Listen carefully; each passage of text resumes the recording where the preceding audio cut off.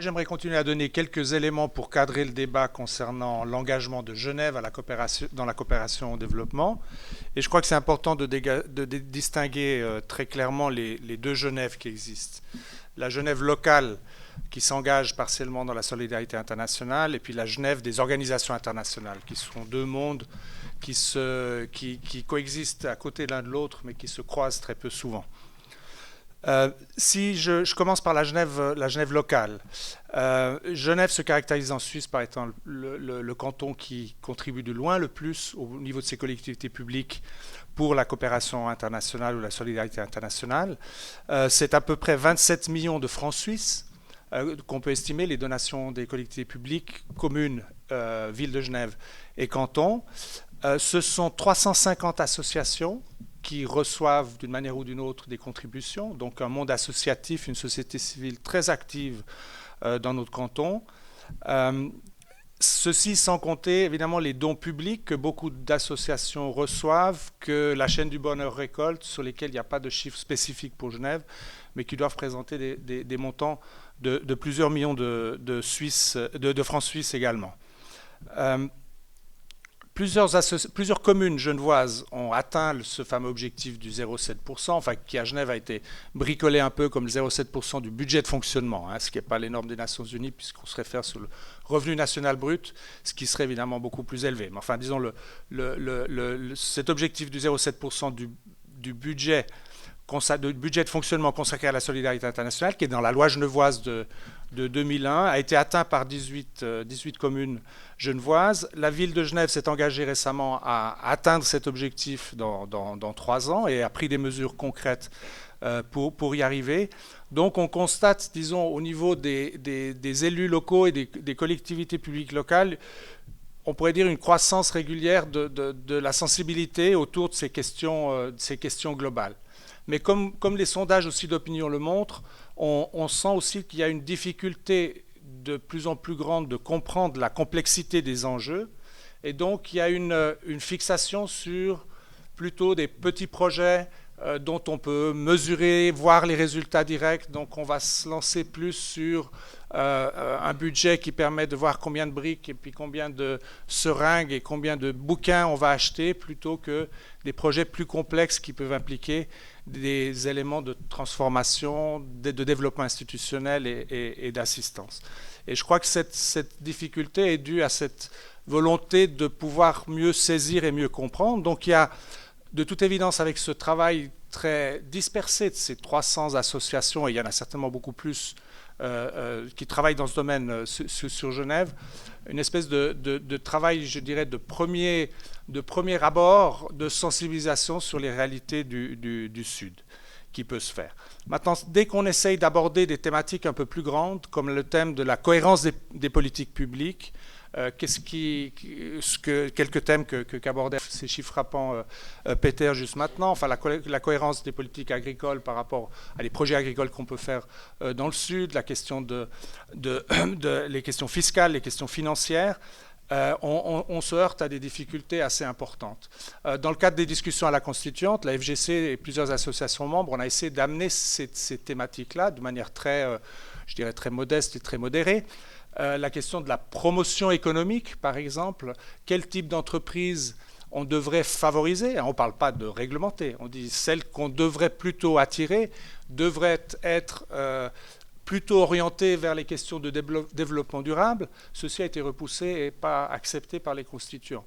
De nouveau, on avait fait des formulations je dirais, très modestes et très modérées de ces éléments. Donc je dirais une certaine difficulté, une certaine sensibilité plus forte qu'ailleurs en Suisse sur les questions internationales, mais en même temps une grande difficulté de faire monter la discussion, les réflexions au-delà du projet concret qui peut avoir un impact sérieux et qui a un impact sérieux sur 15, 20, 300, 800 familles dans un domaine de la santé ou de l'éducation, donc quelque chose de mesurable et de palpable directement.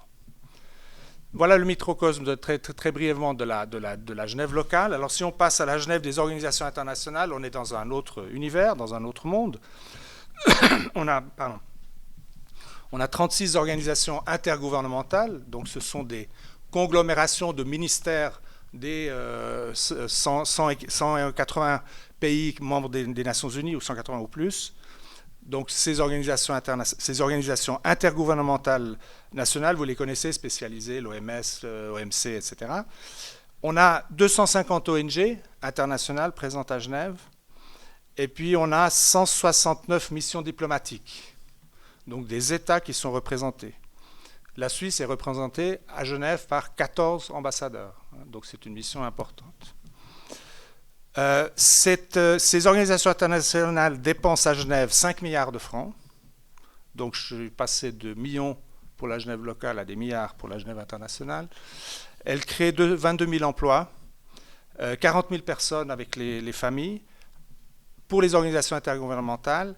Et puis, si on ajoute les missions diplomatiques, ça nous fait 3 600 diplomates en plus, 2 400 personnes qui travaillent dans les organisations non gouvernementales internationales, et puis 14 000 emplois estimés, emplois additionnels créés par cette économie et ces activités.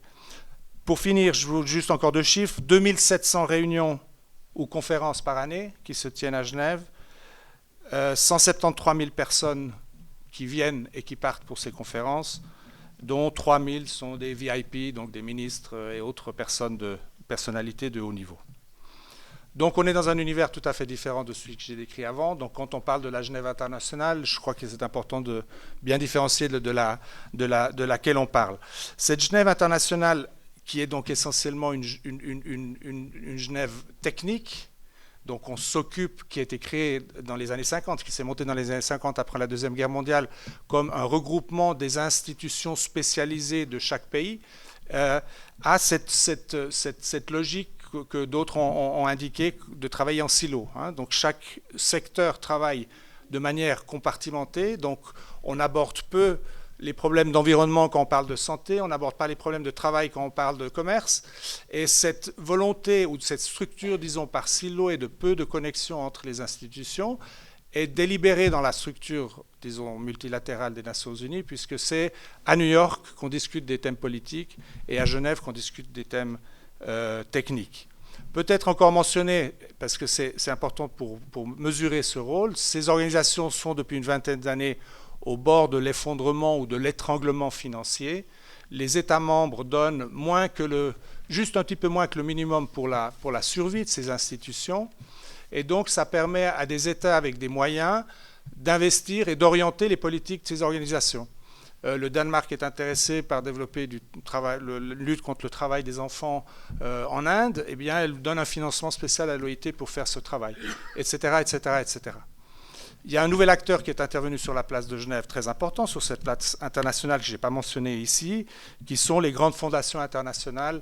Celle de Bill Gates en est une, mais il y en a d'autres, qui viennent aussi incider avec des moyens financiers de manière très directe et très forte sur les politiques et les orientations de ces organisations internationales. Et enfin, la présence que j'ai mentionnée de ces 250 ONG internationales qui essayent tant bien que mal, aussi d'influencer, disons, ces politiques gouvernementales. Donc, en résumé, cette Genève internationale est un petit peu un phénomène hors sol pour Genève, comme tel. C'est un phénomène qui est un peu à l'extérieur, à part les retombées économiques alléchantes qu'elles produisent, mais elles n'ont pas d'influence, je dirais, directe dans la vie de la cité, autour des décisions qui s'y prises. Donc effectivement, disons, la Suisse joue un rôle important, mais un rôle essentiellement d'hôtelier. Donc il ne décide pas qui vient, quand il vient, qu'est-ce qu'on va discuter dans la chambre et quel va être le menu, mais on reçoit, disons, de manière accueillante les gens qui veulent venir.